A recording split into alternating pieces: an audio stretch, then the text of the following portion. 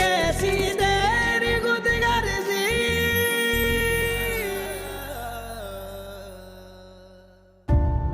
क्या आपको ये निकाह कबूल है? कबूल है।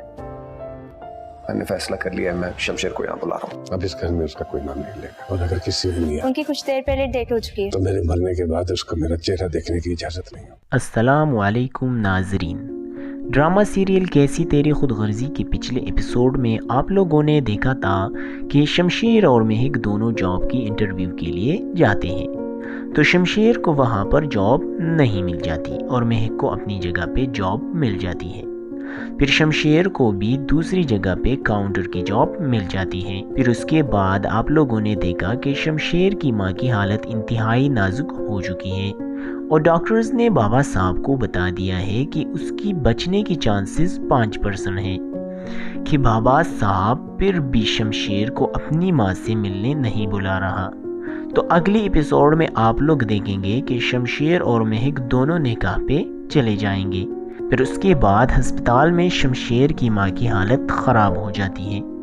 बाबा साहब डॉक्टर को बुलाता है और फिर उसके बाद शमशेर की माँ इस फ़ानी दुनिया से चली जाती है। फिर बाबा साहब और दारा अम्मी की मैयत को घर लाते हैं तो बाबा साहब दारा के साथ गाड़ी में बैठकर रो रहा होता है। तो दारा बाबा से कहता है कि इस बार तो शमशेर को ज़रूर बुलाऊंगा। तो बाबा साहब गुस्से में दारा की तरफ देखता है और कहता है कि अब इस घर में कोई उसका नाम नहीं लेगा, और अगर किसी ने भी लिया तो मेरे मरने के बाद उसको मेरा चेहरा देखने की इजाज़त नहीं होगी। बाबा साहब अपनी गुरूर में इस कदर अंधा हो चुका होता है कि अब उसको अपनी अना और नाम व इज़्ज़त के अलावा कुछ भी नज़र नहीं आ रहा होता। वो अपनी बीवी की मौत का जिम्मेदार शमशेर को ठहरा रहा होता है, जबकि घर में सब जानते हैं कि शमशेर की माँ की मौत बाबा साहब की ज़िद और अना की वजह से हुई है। इसके अलावा आगे एपिसोड में आप लोग देखेंगे कि जब शमशेर महक के साथ निकाह के तकरीब में होगा तो उसको एक कॉल आएगी और उसके बाद शमशेर बिना कुछ बोले निकाह से मोटरसाइकिल पर अस्पताल रवाना हो जाता है।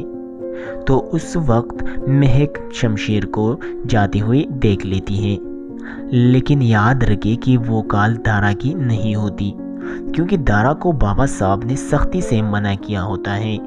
फिर जब शमशेर अस्पताल पहुंच जाता है तो वहां पर स्टॉप से अपनी माँ के बारे में पूछता है तो एक लड़की उसको बताती है कि उसकी अभी थोड़ी देर पहले डेथ हो गई।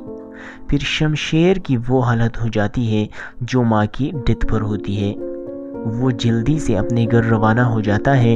वहाँ पहुंचकर दारा उसे बाहर रोकता है और कहता है कि बाबा साहब ने तुम्हें मम्मी को देखने से मना किया है, लेकिन वो भी ज़िद्दी नवाबज़ादा दिलावर का ज़िद्दी बेटा शमशेर होता है और वो कहता है कि मैं अभी अंदर जाता हूँ और देखता हूँ कि मुझे अपनी माँ से मिलने से कौन रोकता है। तो जब वो अंदर चला जाता है तो बाबा साहब उसे देखकर उसके पास आ जाता है।